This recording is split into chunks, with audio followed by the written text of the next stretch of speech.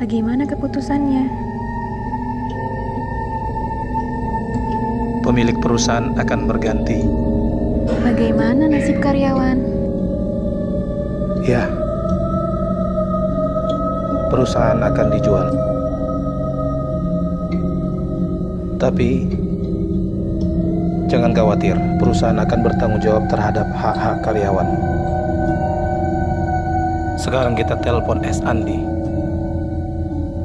Dia akan menjelaskan mengenai hak-hak karyawan.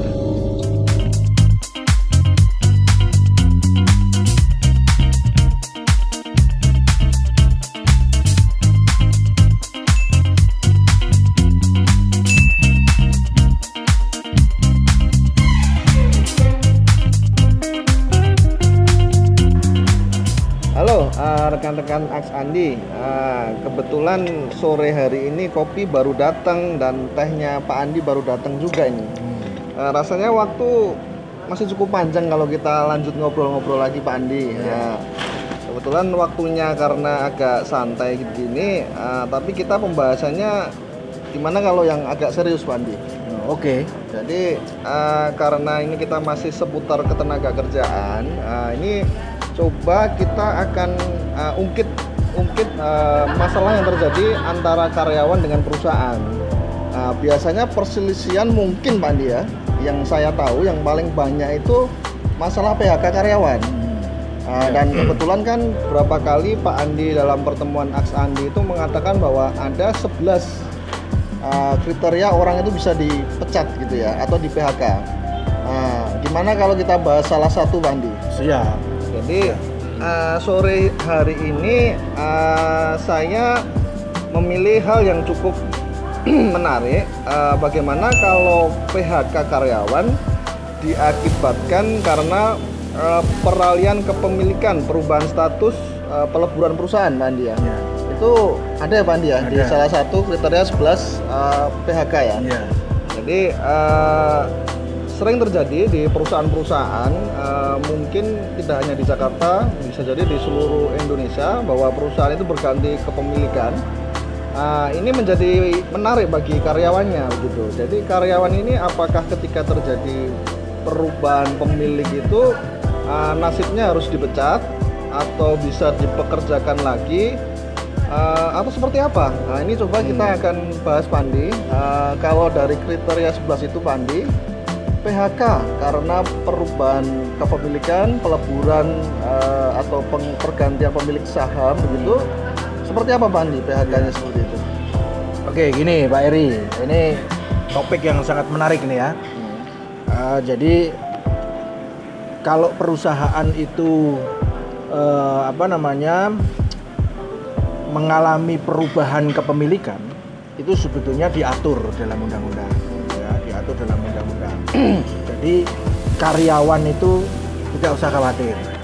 Ya, misalnya ada perusahaan X gitu, tadinya miliknya adalah milik saya, ya kan? Kemudian perusahaan X ini saya jual ke Pak Eri. Itu kan perubahan kepemilikan. Perusahaan X yang tadinya milik saya menjadi miliknya Pak Eri. Oke.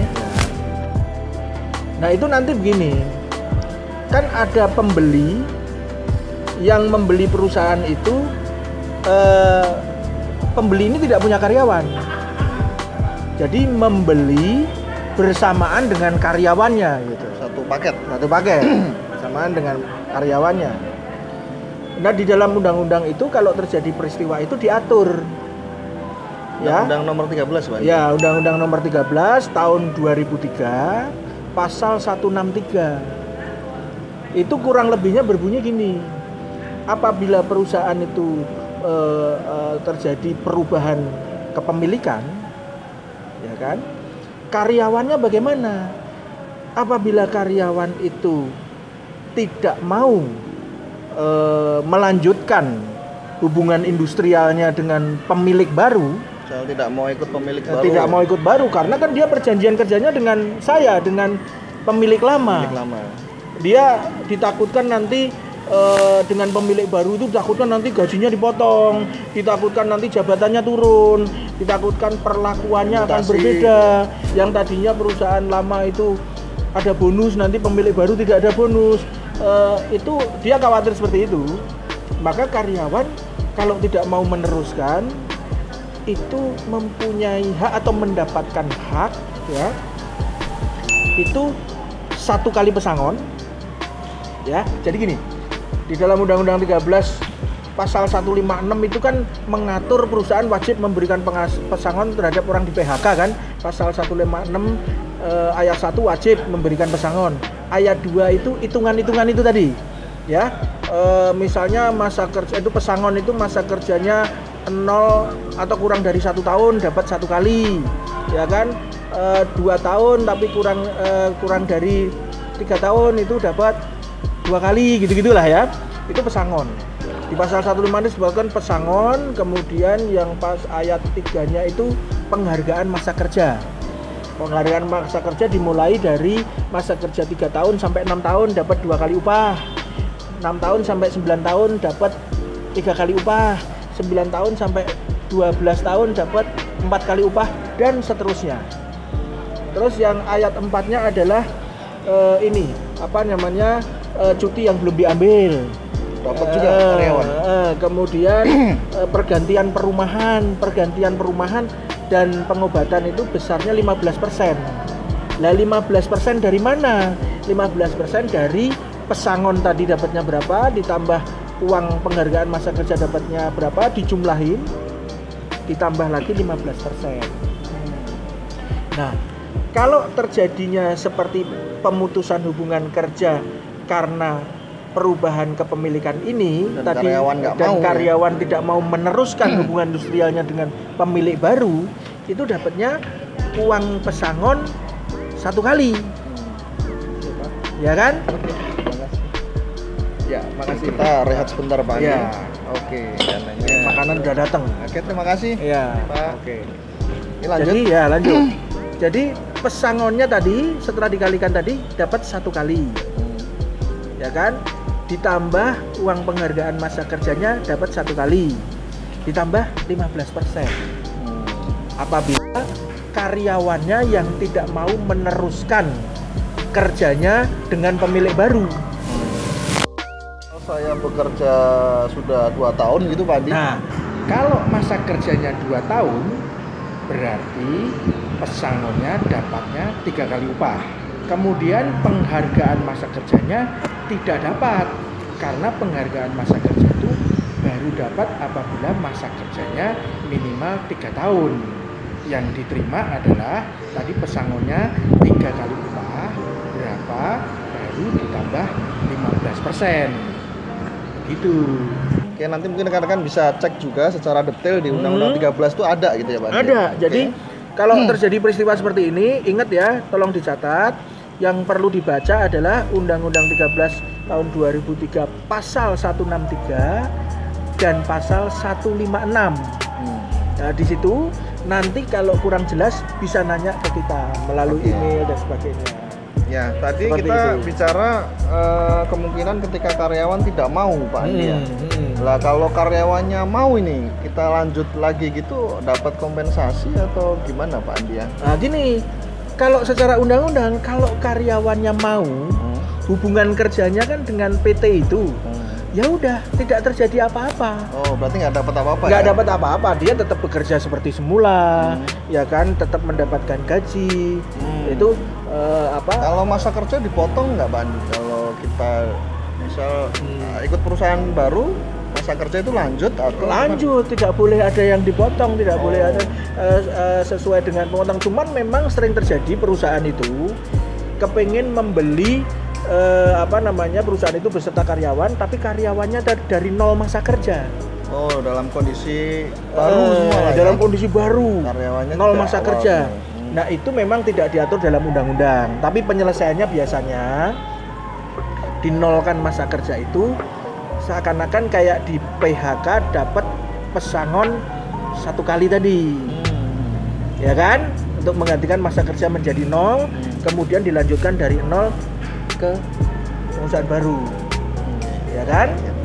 Nah, ini lain dengan apabila pembelinya tidak mau menerima pekerjanya. Oh, bisa jadi ya? Iya. Karyawan yang lama ini nggak mau dipekerjakan lagi oleh perusahaan yang baru. Iya. Oh, iya. Pembeli sudah punya tenaga kerja, sudah penuh pembelinya. Nah, itu dapat apa, Pak? Nah, penjualnya harus menyelesaikan karyawan ini dengan cara hitungannya lebih besar. Oh, lebih besar. Iya. Jadi tadi pesangonnya kan dikalikan 1, nah ini dikalikan 2. Oke, kali 2. Seperti tadi Pak Eri bicara bahwa apabila masa kerjanya sudah 2 tahun, maka pesangonnya kan dapatnya 3 kali upah. Nah, itu dikalikan 2 menjadi 6 kali upah. Ya.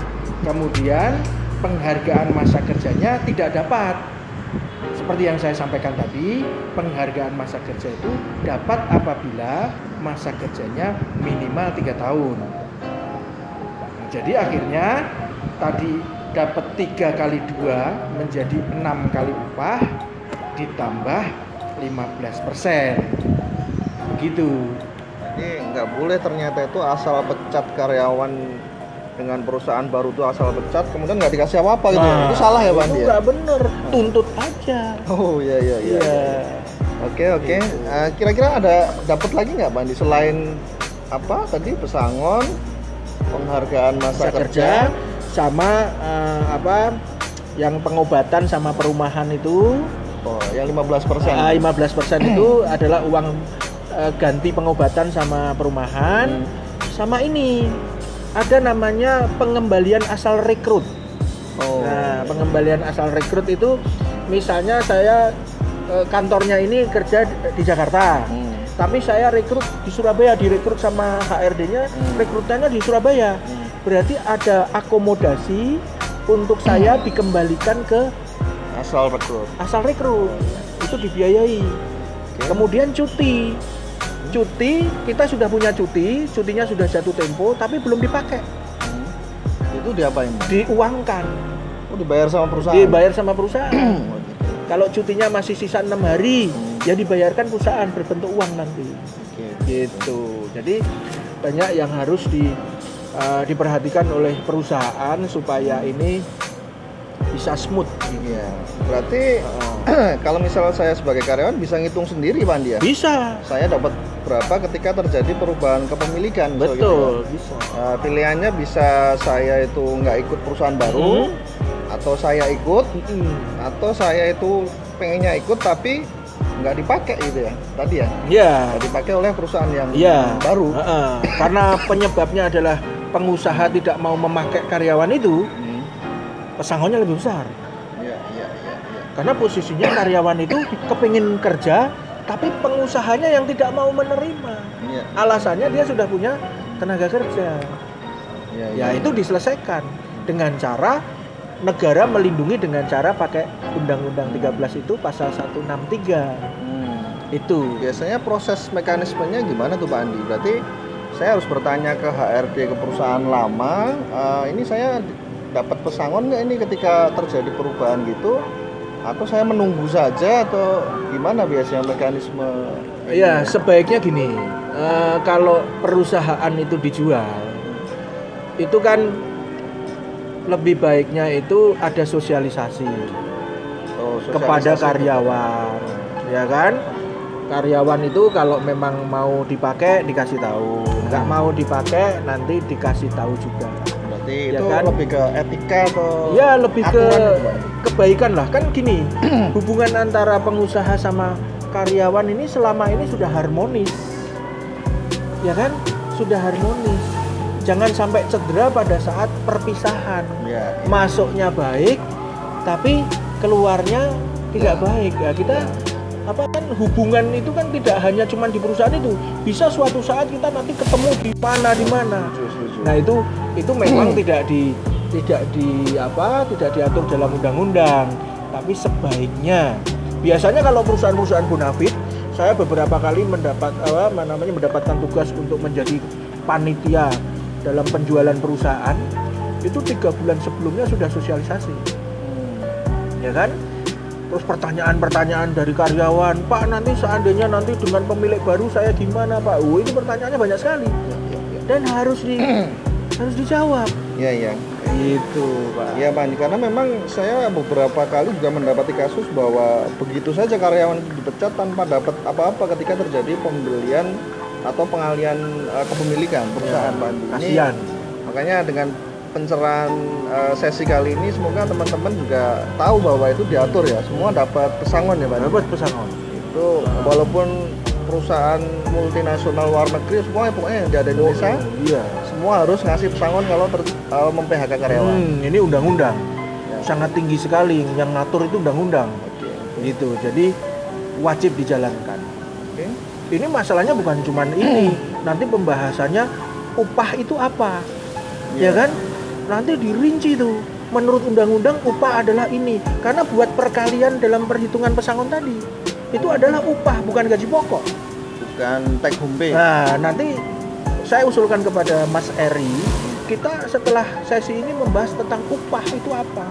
Boleh. Jangan boleh, sampai Pak. salah ini. Ya. Gitu. Jadi tidak berhenti di situ saja, Ya. tapi bisa dipelajari lebih detail lagi bahwa perkalian atau penghitungan ini ada aturannya semua. Ada gitu ya, aturan Pak? semua. Oke Pak Andi. Ya.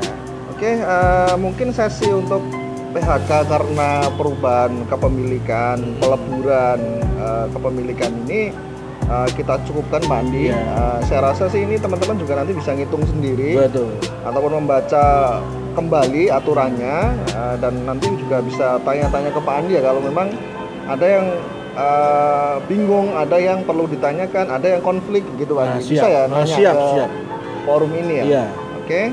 Saya rasa itu rekan-rekan Aks Andi, kita sudah cukup banyak membahas masalah PHK karena perpindahan kepemilikan tadi ya Pak. Perubahan kepemilikan. Walaupun masih ada 10 lagi yang belum dibahas Pak. Iya. Ya, mungkin bisa di sesi-sesi lain nanti. Iya. Oke, terus saksikan channel Aks Andi untuk melihat video-video ketenagakerjaan yang akan kita bahas selanjutnya. Terima kasih.